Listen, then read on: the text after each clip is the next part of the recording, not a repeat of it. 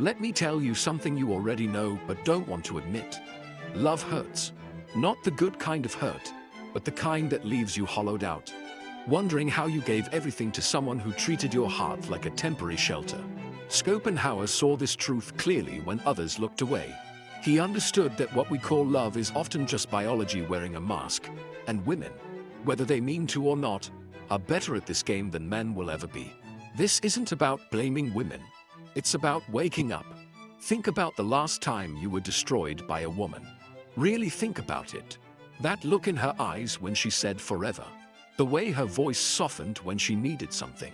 The slow withdrawal when she got bored. You thought it was about you, your mistakes, your flaws.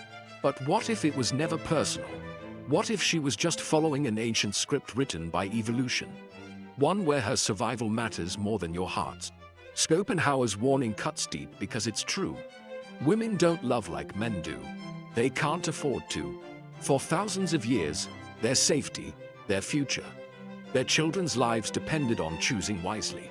That cold calculation you sense sometimes, that's not cruelty. That's millions of years of instinct telling her to secure the best possible outcome. The tragedy isn't that women are like this.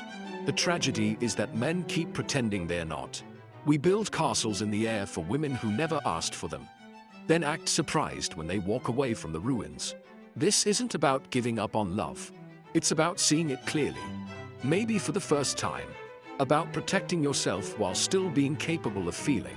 About understanding that the most dangerous thing a man can do is love a woman without understanding how she loves in return.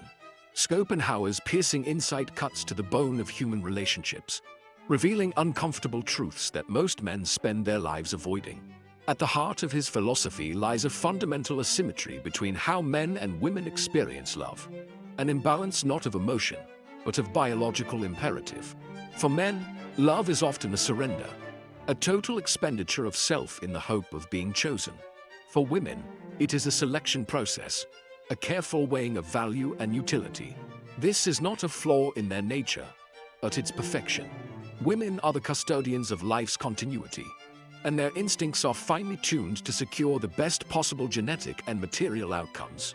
What men mistake for cruelty is simply efficiency, the ruthless arithmetic of survival. The philosopher's most devastating observation was that women are rarely in love with men, but with what men provide.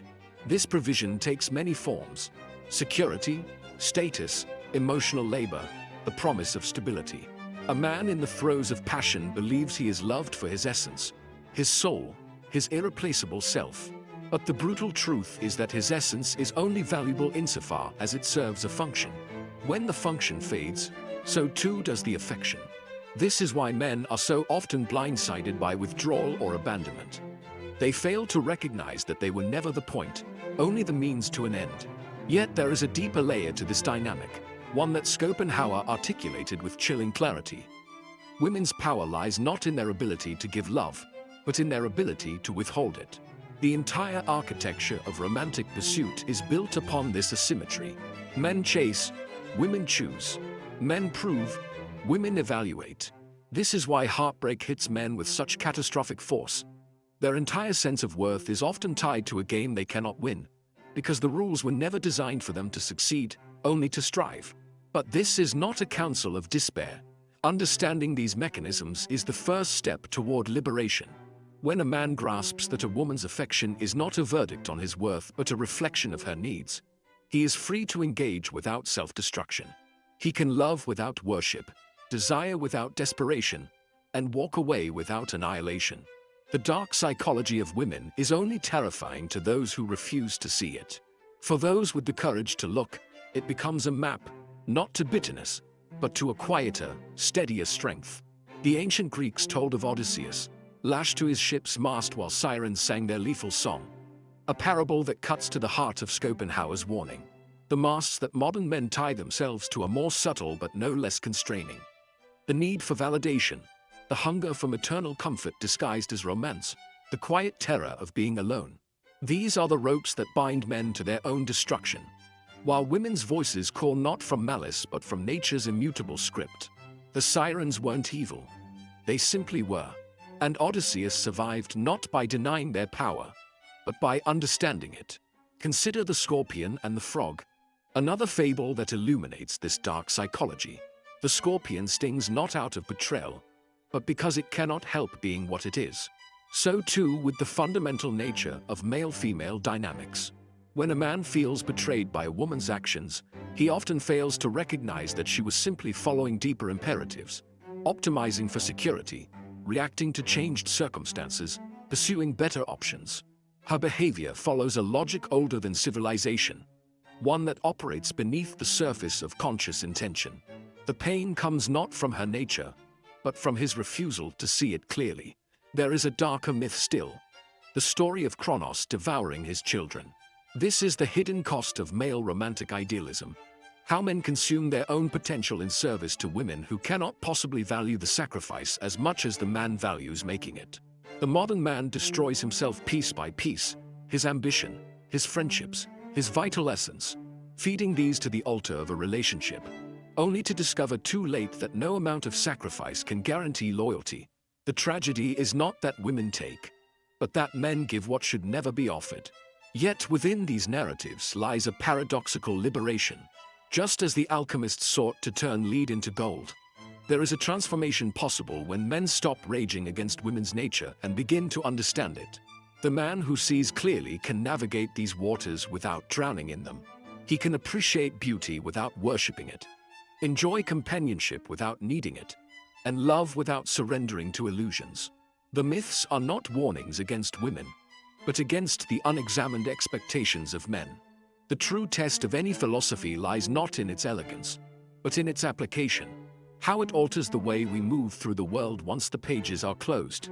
Schopenhauer's insights, when distilled from theory into practice, become a compass for navigating relationships without self-destruction. The first step is radical honesty, recognizing that love is not a sanctuary from biological reality, but an expression of it. This does not mean abandoning romance, but rather engaging with clear eyes, understanding that a woman's affection is not a moral judgment, but a natural response to what you represent in her life's calculus. The man who internalizes this stops seeking validation through intimacy and starts relating to women as full human beings, rather than as mirrors for his own inadequacies. In practical terms, this wisdom manifests as emotional sovereignty, the ability to connect deeply without surrendering autonomy. It means investing in relationships proportionally to their reciprocity, not to your own hunger for meaning. It requires building a life so complete that a woman's presence enhances it rather than completing it, making you a partner instead of a supplicant. The dark psychology loses its power when you cease to fear its consequences, when you can walk away without crumbling, not as a threat but as a simple statement of self-worth. This is the ultimate real-world implication. Relationships transform when you approach them from strength rather than lack, when you love not because you need to, but because you choose to. Yet there is a broader cultural dimension to this awakening. Modern society oscillates between two equally dangerous fantasies: the cynical reduction of love to transactional mechanics, and the saccharine idealization of romance as unconditional salvation. Schopenhauer's clarity offers a third path, recognizing that love is both sublime and strategic, both transcendent and earthly.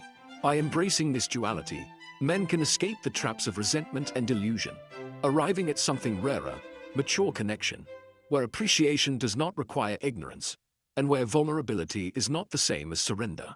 The journey through these truths ends not in disillusionment, but in liberation. What begins as a warning, a dark portrait of love's hidden mechanisms, culminates in an unexpected invitation to love more freely by loving more wisely. The man who understands women's nature need not become cold or calculating. He can instead become discerning, generous on his own terms, capable of deeper connection precisely because he has relinquished childish fantasies. This is the transformational heart of Schopenhauer's message, not a rejection of love, but a roadmap to experiencing it without self-betrayal. The call, then, is not to armor yourself against feeling, but to feel with awareness, to build relationships where both parties see clearly, choose consciously, and remain fully human. The dark psychology loses its sting when brought into light, not by denying its existence, but by integrating its lessons into a fuller, more resilient masculinity. The choice is yours. Continue chasing shadows, or step into the clarity where real connection becomes possible. The philosopher's words were never meant to isolate you from love, but to guide you toward the only kind worth having, the kind that survives daylight.